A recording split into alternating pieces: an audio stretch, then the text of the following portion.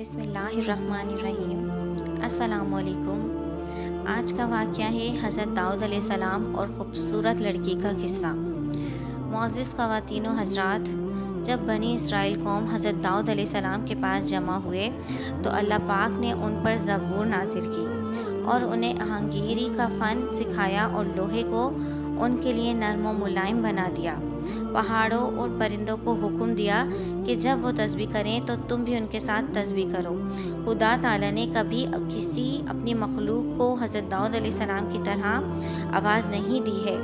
جو لحن حضرت داؤد علیہ السلام کے نام سے مشہور ہے، وہ جب بھی زبور کی تلاوت کرتے تھے اس وقت کی یوں منظر کشی کی ہے کہ پرندے ان سے اس درجہ قریب ہو جاتے تھے کہ آپ ان کی گردن پکڑ لیتے تھے اور وہ ان کی آواز پر خاموشی اور اطمینان سے کان لگائے رہتے تھے۔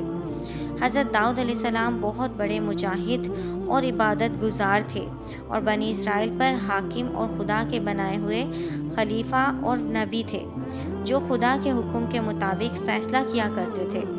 انبیاء میں زیادہ زحمت کش اور کثرت سے گریہ کرنے والے تھے۔ اس کے بعد اس عورت کے فتنے میں مبتلا ہو گئے۔ ان کی ایک مخصوص محراب تھی جس میں تنہا زبور کی تلاوت کرتے تھے اور نماز پڑھتے تھے، اور اس کے نیچے بنی اسرائیل کے ایک نوجوان کا ایک چھوٹا سا باغ تھا، اور وہ عورت داؤد علیہ السلام جس کے چکر میں آ گئے تھے اسی شخص کے پاس تھی۔ وہ جب اس دن اپنی محراب میں تشریف لے گئے، کہا آج رات تک میرے پاس کوئی نہیں آئے گا، کوئی چیز میری تنہائی میں خلل انگیز نہ ہوگی۔ پھر محراب میں داخل ہوئے اور زبور کھول کر اس کی تلاوت میں مشغول ہو گئے۔ محراب میں کھڑکی یا روشن دان وغیرہ تھا جس سے باغ نظر آتا تھا۔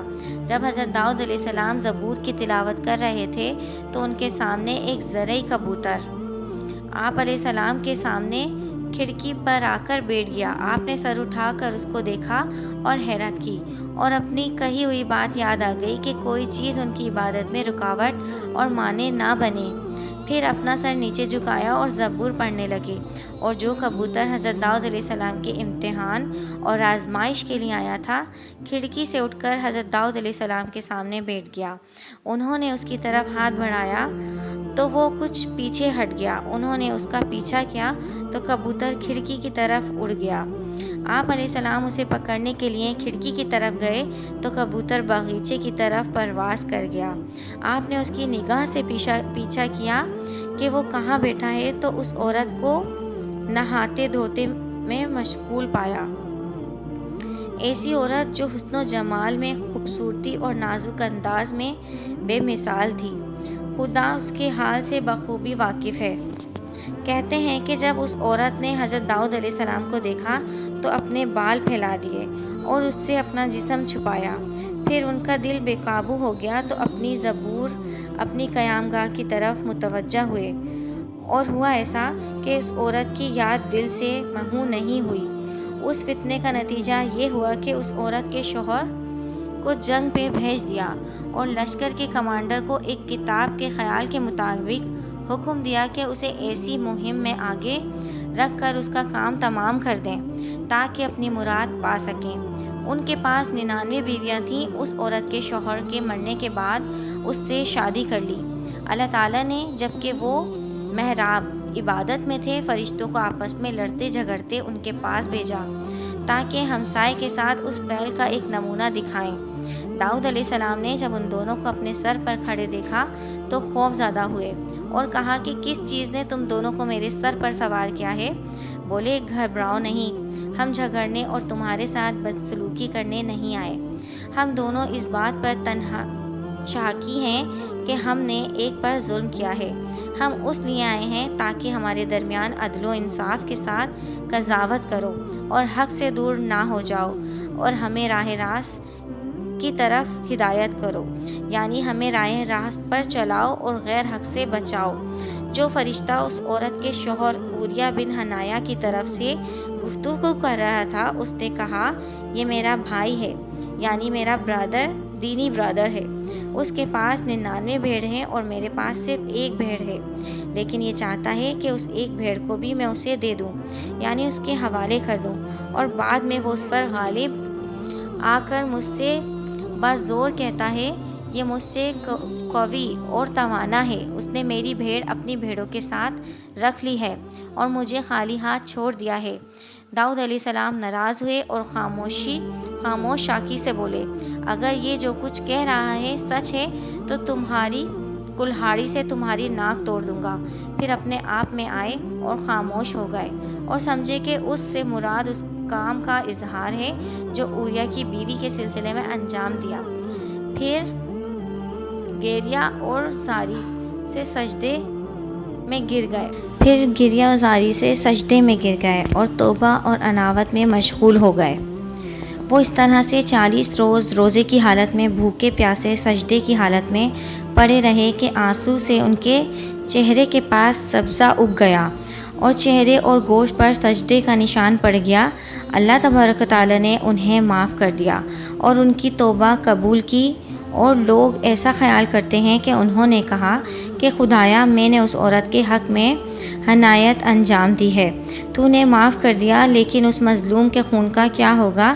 اہل کتاب کے گمان کے مطابق ان سے کہا گیا کہ اے داؤد، جان لو کہ تمہارے رب نے اس خون کے بارے میں ظلم نہیں کیا ہے، لیکن بہت جلد ہی اس خون کے بارے میں تم سے سوال کرے گا اور اس کے بعد تمہارے کندھوں سے اٹھا دے گا، یعنی تمہیں سبکدوش کر دے گا۔